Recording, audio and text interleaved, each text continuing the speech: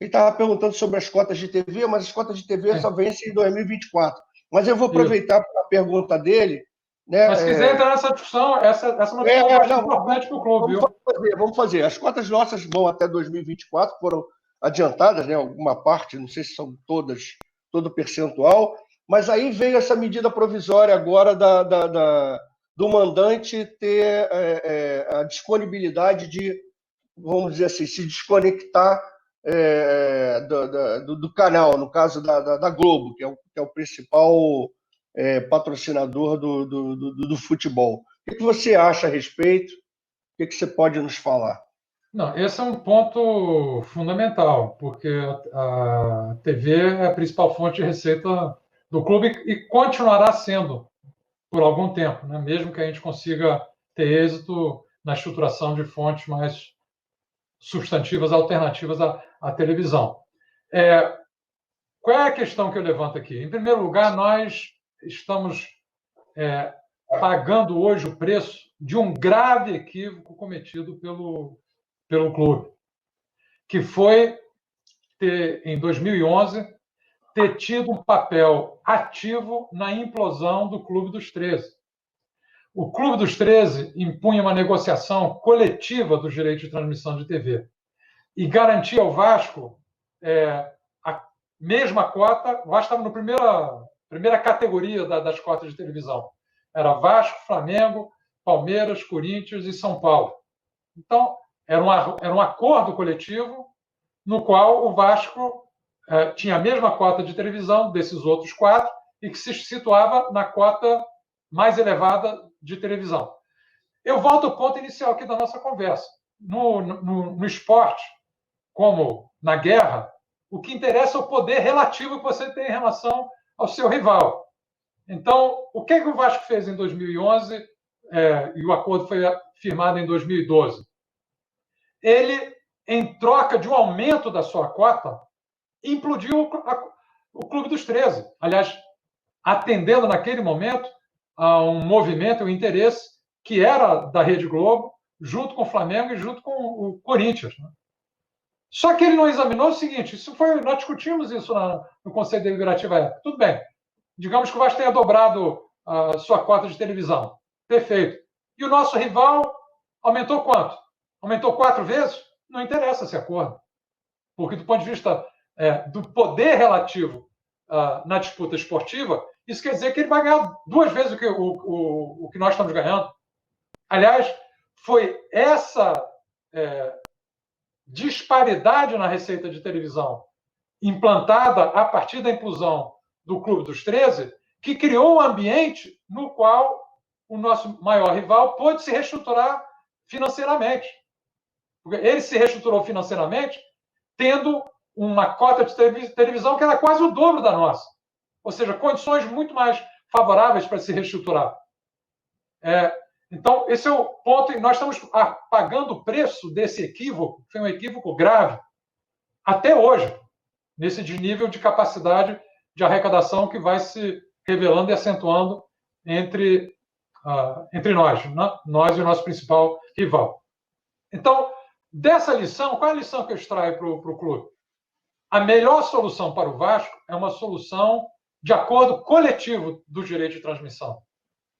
Porque, através do acordo coletivo dos direitos de transmissão, você pode impor cotas que eliminem ou diminuem a nossa diferença em relação ao nosso principal rival, recolocando uma situação de maior equilíbrio em relação às cotas de TV. Isso foi parcialmente feito no contrato hoje vigente da televisão, porque, tirando o pay-per-view, na TV aberta, ela é dividida em 3 fatias. Né? Uma primeira fatia que é igual para todos os clubes da Série A, no Campeonato Brasileiro. Uma segunda fatia que depende do grau de exposição na TV aberta de cada clube. Isso nos beneficia pelo fato de nós sermos um clube nacional, como nós estávamos falando no início, quer dizer, tem muito interesse na veiculação de jogos do Vasco, então jogos do Vasco tem bastante transmissão na TV aberta, nessa segunda fatia, E a terceira fatia é a fatia da colocação no campeonato. Então, de certa maneira, esse acordo já procurou reequilibrar um pouco mais o acordo, ainda não por completo, em relação ao acordo estabelecido com a implosão do Clube dos 13. Qual é o risco dessa medida provisória? É que a medida provisória introduz a seguinte mudança. Os direitos de transmissão passam a ser negociados pelo clube mandante. Isso tende a favorecer soluções individuais daqueles que tiverem condições isoladas melhores de negociação com as empresas responsáveis pela transmissão. Isso é com a Globo ou com qualquer outra, não diz respeito apenas à Globo, com qualquer outra. Isso tende a minar o acordo coletivo em relação à distribuição de cotas de transmissão, em geral, não só TV, cotas de transmissão em geral. Então, eu acho que, como está a medida provisória, ela não é benéfica para o Vasco. Ela favorece, sobretudo, o Flamengo. Inclusive, criando maiores possibilidades para o Flamengo não se enquadrar numa negociação coletiva. E, por isso, nos termos atuais, eu acho que nós deveríamos ser contrários a ela ou, então, emendar a medida provisória com exigências que imponham a negociação coletiva dos direitos de transmissão de todas as equipes envolvidas numa competição.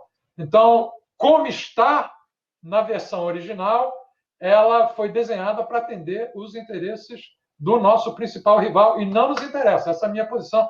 Tenho isso muito claro, até pela minha experiência de gestão, de interação com os atores envolvidos. Acho que nos interessa um formato, pode ser a emenda da medida provisória que imponha isso, já há emendas nesse sentido apresentadas no Congresso Nacional, mas ela teria que ser alterada para preservar o estímulo a um acordo coletivo que reduz a simetria das cotas de televisão. Isso interessa não só a nós, no caso, o Vasco diretamente, mas isso acho que é o que interessa mais para a viabilidade econômica do futebol e do esporte de maneira geral. Porque a experiência de outros países já mostra que competições concentradas em poucos concorrentes efetivos tendem a gerar perda de interesse por parte dos torcedores e adeptos ou entusiastas daquela modalidade de esporte. Então, quanto mais equilibrada tiver a disputa, mais engajamento há do público com o produto que está sendo apresentado, que é a competição esportiva e a possibilidade de geração de retorno econômico a partir da competição esportiva. Então, uma solução que viabiliza acordos coletivos, além de ser do interesse do Vasco, eu acho que é do interesse do esporte nacional.